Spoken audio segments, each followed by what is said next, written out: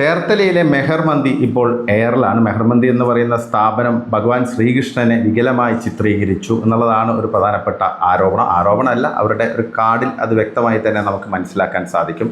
വിഷു ആശംസ കാർഡുമായി ബന്ധപ്പെട്ട് ശ്രീകൃഷ്ണൻ, ബാലരൂപമായ കൃഷ്ണൻ്റെ ആ ഒരു പ്രതീകം മന്തി, ചിക്കൻ മന്തി കഴിക്കുന്ന ഒരു കാർഡാണ് അവർ പുറത്തിറക്കിയത്. അതുമാത്രമല്ല, അതിൻ്റെ ബാക്ക്ഗ്രൗണ്ടിൽ വിഷുക്കണിയുടെ ഒരു ചിത്രം കൂടിയുണ്ട്. അപ്പം വളരെ മോശമായ രീതിയിൽ, വികലമായ രീതിയിൽ ഹൈന്ദവ വിശ്വാസങ്ങളെ, വികാരങ്ങളെ വ്രണപ്പെടുത്തുന്ന അല്ലെങ്കിൽ അതിനെ കടന്നാക്രമിക്കുന്ന രീതിയിലുള്ളൊരു കാർഡ് തന്നെയാണ് ഇവർ പുറത്തിറക്കിയത്. അപ്പോൾ അതിനൊരു ന്യായീകരണമില്ല. അപ്പോൾ അവർ തന്നെ മാപ്പ് പറയുന്നത് ഞങ്ങളുടെ ഭാഗത്തു നിന്ന് പറ്റിയ തെറ്റാണ്, അത് ചെയ്ത ആൾക്ക് ഈ വിഷുവിൻ്റെ സങ്കല്പത്തെക്കുറിച്ചോ അല്ലെങ്കിൽ ഇതിൻ്റെ പവിത്രതയെക്കുറിച്ചോ അറിയില്ലായിരുന്നു എന്നൊക്കെയാണ് പറഞ്ഞത്. അപ്പോൾ അത് കൈ കഴുകാൻ എല്ലാവർക്കും എളുപ്പമാണ്, പക്ഷെ ഒരു ക്രോസ് ചെക്ക് അവർ നടത്തണമായിരുന്നു എന്നുള്ളതാണ് ഏറ്റവും പ്രധാനപ്പെട്ട ഒരു കാര്യം. ഇതേ സ്ഥാപനം, ഈ മെഹർ മന്തി എന്ന് പറയുന്ന സ്ഥാപനം പെരുന്നാളിന് കാർഡിറക്കിയിരുന്നു, ആശംസ കാർഡിറക്കിയിരുന്നു. അത് വളരെ പവിത്രമായ രീതിയിൽ അതീവ ജാഗ്രതയോടെയാണ് അവർ പുറത്തിറക്കിയെന്ന് നമുക്ക് മനസ്സിലാക്കാൻ സാധിക്കും. അപ്പോൾ ഈ ഒരു ഇരട്ടത്താപ്പാണ് പ്രശ്നം. കാരണം വലിയൊരു വിഭാഗം വരുന്ന ജനങ്ങൾ വളരെ പവിത്രമായി കാണുന്നൊരു സങ്കല്പമാണ് വിഷു. അതിൽ തന്നെ ഭഗവാൻ ശ്രീകൃഷ്ണൻ്റെ ഒരു സ്ഥാനം എന്താണെന്നുള്ളത് നമുക്കറിയാം, കണി വെക്കുന്നതുമായി ബന്ധപ്പെട്ടുള്ള കാര്യങ്ങളാണെങ്കിലും. അപ്പോൾ ഇത്തരം സംഭവങ്ങൾ വളരെ വികലമായി ചിത്രീകരിക്കുമ്പോൾ ഒരുപാട് പേർക്ക് അതൊരു വേദന ഉണ്ടാക്കുമെന്നുള്ളതൊരു വസ്തുതയാണ്. ഇപ്പോൾ കേരളത്തിലെ ഹിന്ദുക്കളിൽ തന്നെ വലിയൊരു വിഭാഗം ആളുകൾ ഇത്തരം സംഭവങ്ങളിലൊക്കെ വലിയ ഒരു വികാരപരമായിട്ട് കാണുന്ന ആളുകളാണ്. കേരളത്തിലെ ഹിന്ദുക്കളിൽ ഒരു 30% വരുന്ന ആളുകളെങ്കിലും ഒരു ഹിന്ദുത്വ ബോധമുള്ള, സ്വന്തം സ്വത്വബോധത്തെ മുറുകെ പിടിക്കുന്ന ആളുകളാണ്. അപ്പോൾ അവരുടെ വികാരം നിങ്ങൾ വ്രണപ്പെടുത്തും എന്ന് പറയുമ്പോൾ അതൊരു ഒഫൻസാണല്ലോ. കാരണം ആരുടെയും വികാരങ്ങൾ വ്രണപ്പെടുത്താതെ മുന്നോട്ട് പോകുക എന്നുള്ളതാണല്ലോ നമ്മുടെ മതേതര ജനാധിപത്യ റിപ്പബ്ലിക്കായുള്ള രാഷ്ട്രത്തിലെ ഒരു പ്രധാനപ്പെട്ട ദൗത്യം. അപ്പോൾ അതിനെ അവഗണിക്കുന്ന രീതിയിലുള്ള ഇത്തരം ബോധപൂർവമോ അല്ലാതെയുള്ള സംഭവങ്ങൾ നമുക്ക് ഒരിക്കലും അംഗീകരിക്കാൻ പറ്റില്ല. പിന്നെ ഇത് ബോധപൂർവമാണെന്ന് തന്നെ നമ്മൾ ചിലപ്പം വിചാരിക്കേണ്ടി വരും. കാരണം നിലവിലെ ഒരു കേരളത്തിലെ ഒരു സാഹചര്യം, ഒരു എക്കോസിസ്റ്റം അങ്ങനെയാണ് നിൽക്കുന്നത്. കാരണം ഒരു ഇൻഫ്ലുവൻസർ, വളരെ ഫേമസ് ആയ ഇൻഫ്ലുവൻസർ ആണെന്നൊക്കെ പറയപ്പെടുന്നു, അയാൾ ബീഫ് കഴിക്കില്ലേ എന്ന് ചോദിച്ച് പിറകെ നടക്കുന്നു സഹപ്രവർത്തകയോട്. അതുകൂടാതെ തന്നെ ബീഫ് കഴിച്ചില്ലെങ്കിൽ എന്തോ ഒരു വലിയ പാതകമാണ്, ബീഫ് കഴിക്കാത്തവർ BJP-കാരാണെന്നൊക്കെ പറഞ്ഞ് ആ രീതിയിലുള്ളൊരു നെഗറ്റീവ് കൊണ്ടുവരാൻ ശ്രമിക്കുന്ന ആളുകൾ.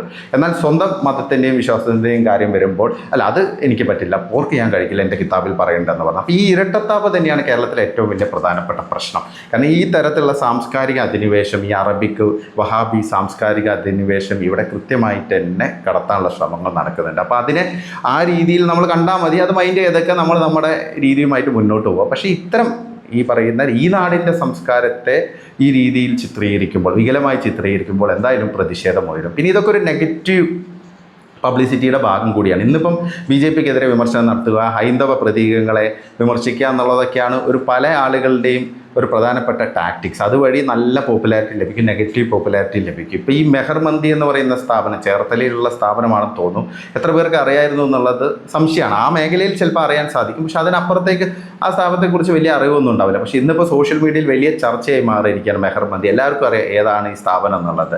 അതൊക്കെ തന്നെയായിരിക്കും അവരുടെ ലക്ഷ്യം. കാരണം ഇത്തരം നെഗറ്റീവ് പബ്ലിസിറ്റി കൊണ്ടുവരിക, എന്നിട്ട് അവസാനം മാപ്പ് പറയുക. മാപ്പ് പറഞ്ഞാൽ 2 ദിവസം കഴിഞ്ഞ് ഇതെല്ലാം കെട്ടടങ്ങും. സ്വാഭാവികമായിട്ടും ഈ ലിബറലായിട്ടുള്ള കുറേ സോക്കോൾഡ് ലിബറലുകളായുള്ള കുറേ ഹിന്ദുക്കൾ, അവരെ സംബന്ധിച്ച് അവർക്ക് ഇതൊക്കെ വലിയ വിഷയമാണ്. കാരണം മതേതരത്വം എന്ന് പറയുന്ന സംഭവമാണ് അവർക്ക് അവരുടെ മതവിശ്വാസത്തെക്കാളൊക്കെ എത്രയോ വലിയ സംഭവം.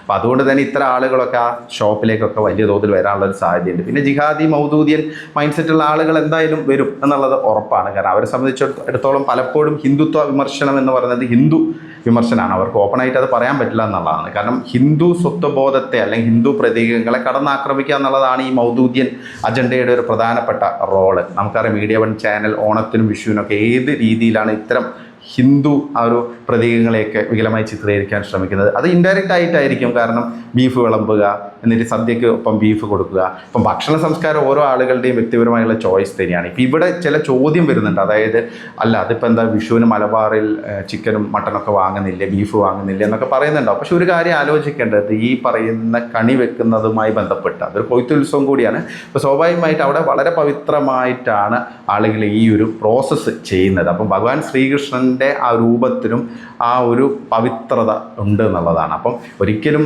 കണി വെക്കുമ്പോൾ നമ്മൾ ആരും, വിശ്വാസിയായ ഒരു ഹിന്ദുവുമല്ല, കണി വെക്കുന്ന ആരും അങ്ങനെ ചെയ്യാറില്ല. അതായത് ഭഗവാൻ ശ്രീകൃഷ്ണൻ്റെ ആ ഒരു ചിത്രത്തിനൊപ്പം ഇവിടെ ചിക്കനോ ബീഫോ അല്ലെങ്കിൽ മട്ടനോ ഒന്നും വിളമ്പി വെക്കാറില്ലല്ലോ. ഭക്ഷണം ഉച്ചയ്ക്ക് കഴിക്കുന്നുണ്ടോ, അത് വേറെ കാര്യമാണ്. അതും ഇതുമായിട്ട് കൂട്ടി എന്താ യോജിപ്പിക്കേണ്ട ആവശ്യമില്ല എന്നുള്ളതാണ് വ്യവസ്ഥ. അപ്പോൾ ഇതൊക്കെ വെറുതെ ഒഴികഴിവുകൾ പറയുക എന്നുള്ളതാണ്. കാരണം ഇത്തരം അജണ്ടകൾ നടപ്പാക്കാനുള്ള കുറേ ആളുകളുടെ തന്ത്രങ്ങളായിട്ട് മാത്രം കണ്ടാൽ മതി.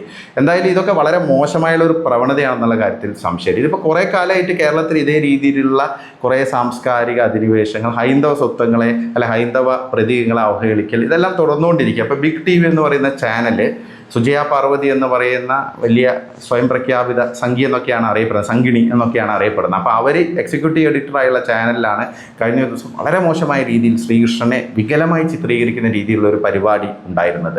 അപ്പോൾ ഇതൊക്കെയാണ് സത്യാവസ്ഥ. കാരണം എല്ലാവരെ സംബന്ധിച്ച് ഇതൊക്കെ അവരുടെ ലക്ഷ്യത്തിന് വേണ്ടിയിട്ടുള്ള മാർഗ്ഗങ്ങൾ മാത്രമാണ്, അല്ലാതെ അത് സ്വന്തം വിശ്വാസ പ്രമാണങ്ങളെ മുറുകെ പിടിക്കാനൊന്നുമല്ല.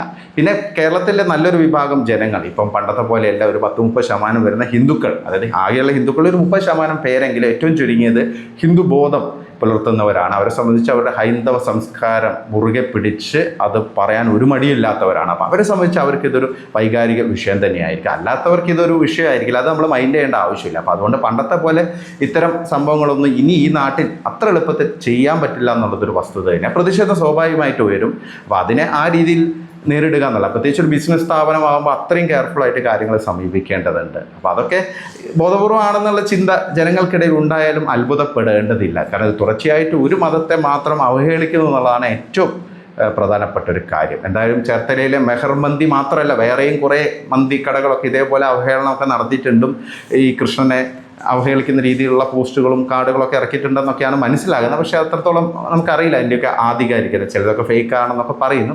എന്തായാലും ഈ ഒരു എക്കോ സിസ്റ്റം ഇവിടെ വലിയൊരു പ്രശ്നമായിട്ട് മാറിക്കൊണ്ടിരിക്കുക. കാരണം ബോധപൂർവ്വം മതസ്പർദ്ധ ഉണ്ടാക്കാനാണ് ചില ആളുകൾ ശ്രമിക്കുന്നത്. കാരണം ഇതിൻ്റെ ഒന്നും ഒരു ആവശ്യമില്ല. എല്ലാവരുടെ മതവുമായിട്ട് മുന്നോട്ട് പോവുക, എല്ലാവരുടെയും വിശ്വാസങ്ങളെ മുറുകെ പിടിച്ച് മുന്നോട്ട് പോയാൽ ഈ പ്രശ്നം ഉണ്ടാവുന്നില്ല. പക്ഷേ ഇവിടെ സംഭവിക്കുന്നത് ഈ രീതിയിലുള്ള ഇരട്ടത്താപ്പുകളാണ്.